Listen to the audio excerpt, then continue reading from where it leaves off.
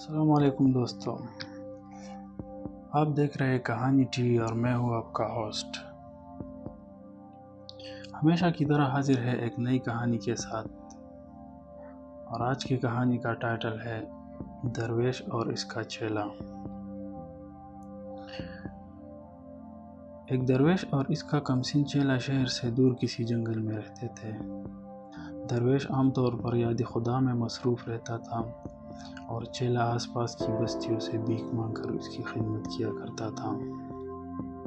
درویش کا دل انسانیت کے درد سے لبریز تھا، اور وہ صبح شام انتہائی عاجزی سے یہ دعا کیا کرتا تھا: میرے پروردگار، میرے بس میں کچھ نہیں ہے۔ تیرے بندوں کی کوئی خدمت نہیں کر سکتا، لیکن اگر تو مجھے بادشاہ بنا دے تو میری زندگی کا ہر سانس بھوکے اور ننگے انسانوں کی خدمت کے لیے وقف ہوگا۔ میں یتیم و بیوہ اور نادار لوگوں کی سرپرستی کروں گا، میں محتاجوں کے لیے لنگر خانے کھول دوں گا، میں عدل و انصاف کا بول بالا کروں گا، رشوت خور اور بددیانت اہلکاروں کو عبرتناک سزائیں دوں گا۔ مظلوم مجھے اپنی ڈھال سمجھیں گے اور ظالم میرے نام سے کانپیں گے۔ میں نیکی اور بلائی کو پروان چڑھاؤں گا۔ کمسن چیلے کو یہ یقین تھا کہ کسی دن مرشد کی دعا ضرور قبول ہوگی، لیکن وقت گزرتا گیا، چیلا جوان ہو گیا اور نیک دل درویش میں بڑھاپے کے آثار ظاہر ہونے لگے۔ رفتہ رفتہ چیلے کے اعتماد میں فرق آنے لگا، یہاں تک کہ جب درویش دعا کے لیے ہاتھ اٹھاتا تو اس کے قریب بیٹھنے کی بجائے چند قدم دور بیٹھتا اور دبی زبان میں یہ دعا شروع کر دیتا: میرے پروردگار، اب میرا مرشد بوڑھا ہو چکا ہے، اس کے بال سفید ہو چکے ہیں، اب وہ مجھے تخت کے بجائے قبر سے زیادہ قریب دکھائی دیتا ہے۔ اگر تجھے ایک نیک دل آدمی کا بادشاہ بننا پسند نہیں ہے تو مجھے بادشاہ بنا دے۔ میں یہ عہد کرتا ہوں کہ میرا ہر کام اپنے مرشد کی خواہشات کے الٹ ہی ہوگا۔ میں صدقے دل سے عہد کرتا ہوں کہ میں ناداروں کو زیادہ نادار اور بے بسوں کو زیادہ بے بس اور مظلوموں کو زیادہ مظلوم بنانے کی کوشش کروں گا۔ میں چوروں اور ڈاکوؤں کی سرپرستی کروں گا، میں بددیانت اہلکاروں کی سرپرستی کروں گا۔ ابتدا میں یہ ہوشیار چیلا چپ چپ کر دعائیں کیا کرتا تھا، لیکن آہستہ آہستہ اس کا حوصلہ بڑھتا گیا، اور کچھ مدت بعد اس کی حالت یہ تھی کہ جب مرشد دعا کے لیے ہاتھ اٹھاتا تھا تو وہ بھی اس کے قریب بیٹھ کر ہی بلند آواز میں اپنی دعا دہرانی شروع کر دیتا تھا۔ درویش اپنی آنکھوں میں آنسو بھر کر یہ کہتا تھا کہ اگر بادشاہ بن جاؤں تو عدل و انصاف، نیکی اور سچائی کا بول بالا کروں گا، اور چیلا قہقہہ لگا کر یہ کہتا تھا کہ اگر میں بادشاہ بن جاؤں تو ظلم و بدی کا جھنڈا بلند کروں گا۔ درویش اسے ڈانٹ ڈپٹ کرتا اور بعض اوقات ڈنڈا اٹھا کر پیٹنا شروع کر دیتا تھا، لیکن چیلا اپنی روایتی نیازمندی کے باوجود اپنے موقف پر ڈٹا رہا۔ پھر یوں ہوا جو پرانے وقتوں میں ہوا کرتا تھا، یعنی ملک کا بادشاہ چل بسا اور تخت کے کئی عہدیدار ایک دوسرے کے خلاف تلواریں اٹھا کر میدان میں آ گئے۔ دراندیش وزیر نے راتوں رات تمام دعویداروں کو جمع کیا اور انہیں ایک تجویز دے دی کہ اب ملک کو خانہ جنگی سے بچانے کا ایک ہی صورت باقی رہ گئی ہے، اور وہ یہ کہ شہر کے تمام دروازے بند کر دیے جائے اور صبح سویرے جو آدمی سب سے پہلے مشرقی دروازے پر دستک دے اسے بادشاہ تسلیم کر لیا جائے۔ یہ تجویز سب کو پسند آ گئی۔ پھر یوں ہوا کہ نیک دل درویش کا چیلا بھیک مانگنے کے لیے کسی چھوٹی موٹی بستی کا رخ کرنے کے بجائے ملک کے دارالحکومت کی طرف چل نکلا۔ شہر کے مشرقی دروازے پر دستک دی، پہرہ داروں نے دروازہ کھول کر اسے سلامی دی اور جلوس کی شکل میں شاہی محل کی طرف لے گئے۔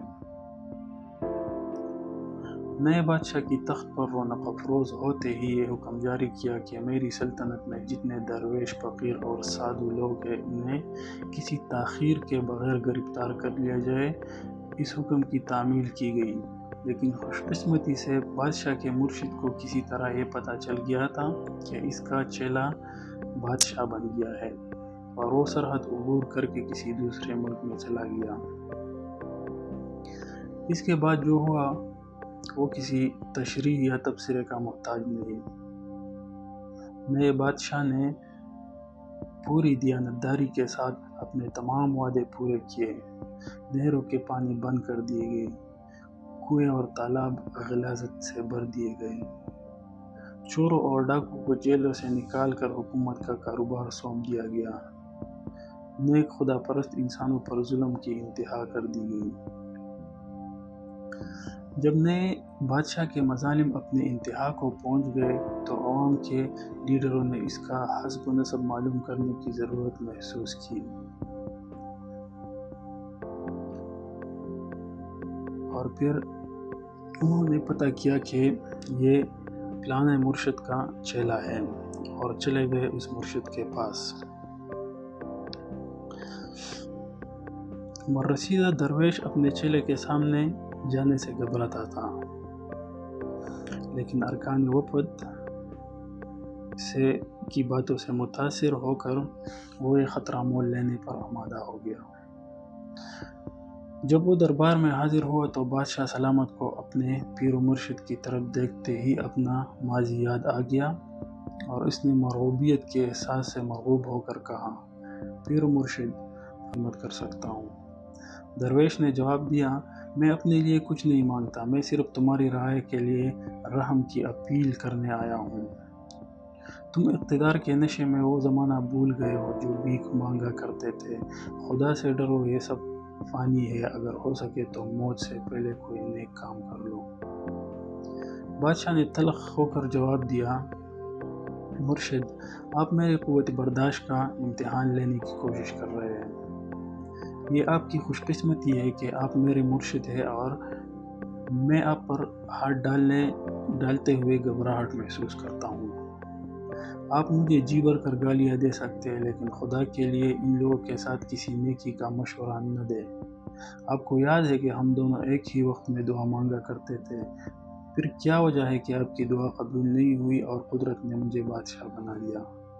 اگر ان لوگوں کے اعمال ٹھیک ہوتے اور قدرت کو ان کی بھلائی مقصود ہوتی تو آپ ان کے بادشاہ بنتے، لیکن یہ بدبخت تھے، انہیں اچھے برے کی تمیز نہ تھی، اور قدرت ان کی بدعمالیوں کی سزا دینے کے لیے مجھے بادشاہ بنا دیا۔ اب میں مرتے دم تک اپنا پروگرام پورا کرتا رہوں گا۔ اگر قدرت کو ان پر رحم آ گیا اور میری زندگی کے دن پورے ہو گئے تو وہ الگ بات ہے، ورنہ میری طرف سے کوئی کوتاہی نہیں ہوگی۔ نیک دل درویش نے جواب دیا، برخوردار، تم بالکل ٹھیک کہتے ہو۔ اگر یہ لوگ قدرت کی طرف سے کسی انعام یا بہتر سلوک کے مستحق ہوتے تو میری عمر بھر کی دعائیں رائے گاہ نہیں جاتی۔ یہ لوگ جنہوں نے میرے بجائے تمہارے سر پر تاج رکھ دیا، اس قابل نہیں ہے کہ اس پر رحم کیا جائے۔ تم شوق سے اپنا کام جاری رکھو۔ تو دوستو، یہ تھی ہماری آج کی کہانی۔ انشاءاللہ پھر ملتے ہیں نیکسٹ ویڈیو میں ایک نئی کہانی کے ساتھ۔ تب تک کے لیے اللہ حافظ۔